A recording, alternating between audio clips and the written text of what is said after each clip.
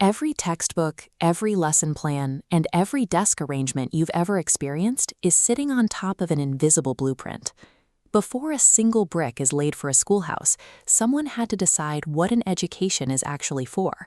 That foundational design is an educational philosophy.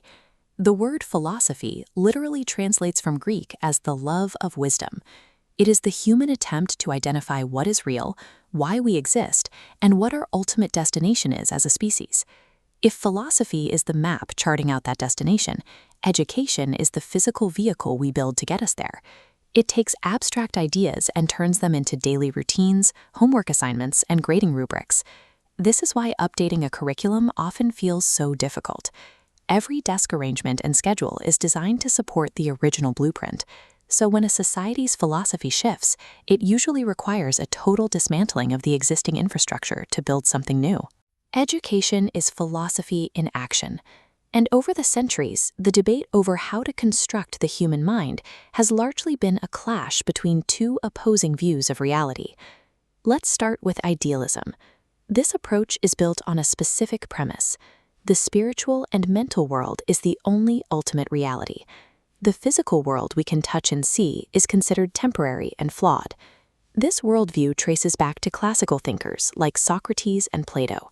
They argued that eternal, unchanging ideas carry far more weight than temporary physical objects. In an idealist system, the primary goal of going to school is self-realization. The curriculum favors ethics, literature, and art. The objective is to form moral character and discover universal truths that apply to everyone. This diagram shows the power dynamics in a classroom. Authority is concentrated at the top. The teacher acts as the absolute gatekeeper of knowledge, transferring wisdom down to a receptive audience. They serve as a spiritual symbol of right conduct, mentoring the student's internal development. In reality, the physical space is highly structured. The instructor dominates the front of the room, while uniform rows of students face strictly forward. But this approach has a severe blind spot. By prioritizing abstract intellect and rote memorization, students can become disconnected from the gritty, practical realities of daily survival. An idealist classroom is designed to elevate the human soul, but by ignoring the physical world, it frequently starves the body in the process. Now, consider the exact opposite end of the spectrum. The pragmatist classroom rejects the idea of absolute truths. Instead, it operates on the belief that reality is constantly changing. This shift from abstract thought to measurable action was championed by John Dewey. He argued ideas are only valuable if they work in human experience. Pragmatism centers education on vocational efficiency and the mastery of utility. Success is measured by how well a student solves immediate, physical problems. This gave rise to the project method. Theoretical lectures are replaced by physical trials. Students are given a task, and they learn the necessary math or science as a byproduct of trying to complete that project. Notice the educator's role in this setting. The teacher steps down, becoming a co-experimenter who guides students' learning through independent, hands-on action. The rigid hierarchy is dismantled.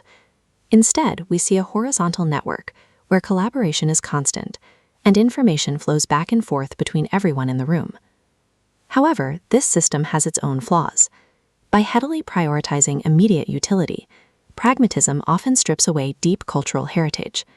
It teaches a student how to build something, but ignores the deeper spiritual why of their existence. Pragmatism builds a classroom that prepares students for the mechanics of the workforce, but it risks leaving them devoid of deeper meaning. So is society forced to choose?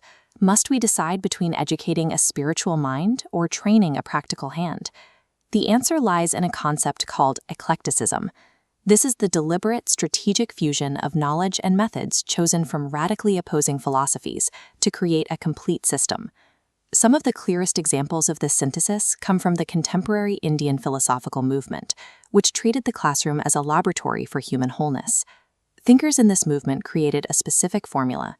They retained the spiritual, universal aims of the idealists, the pursuit of inner truth, while adopting the scientific, hands-on instructional methods of the pragmatists.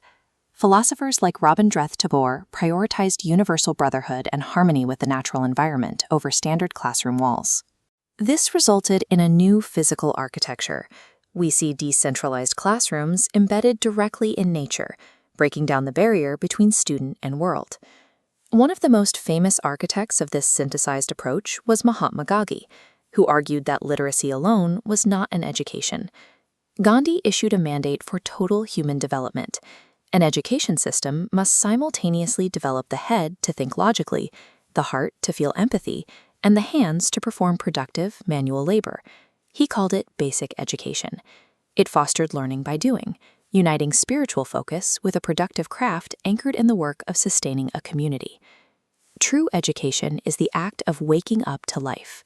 By selecting our philosophical blueprint with intent, we can build a school system capable of cultivating a whole integrated human being.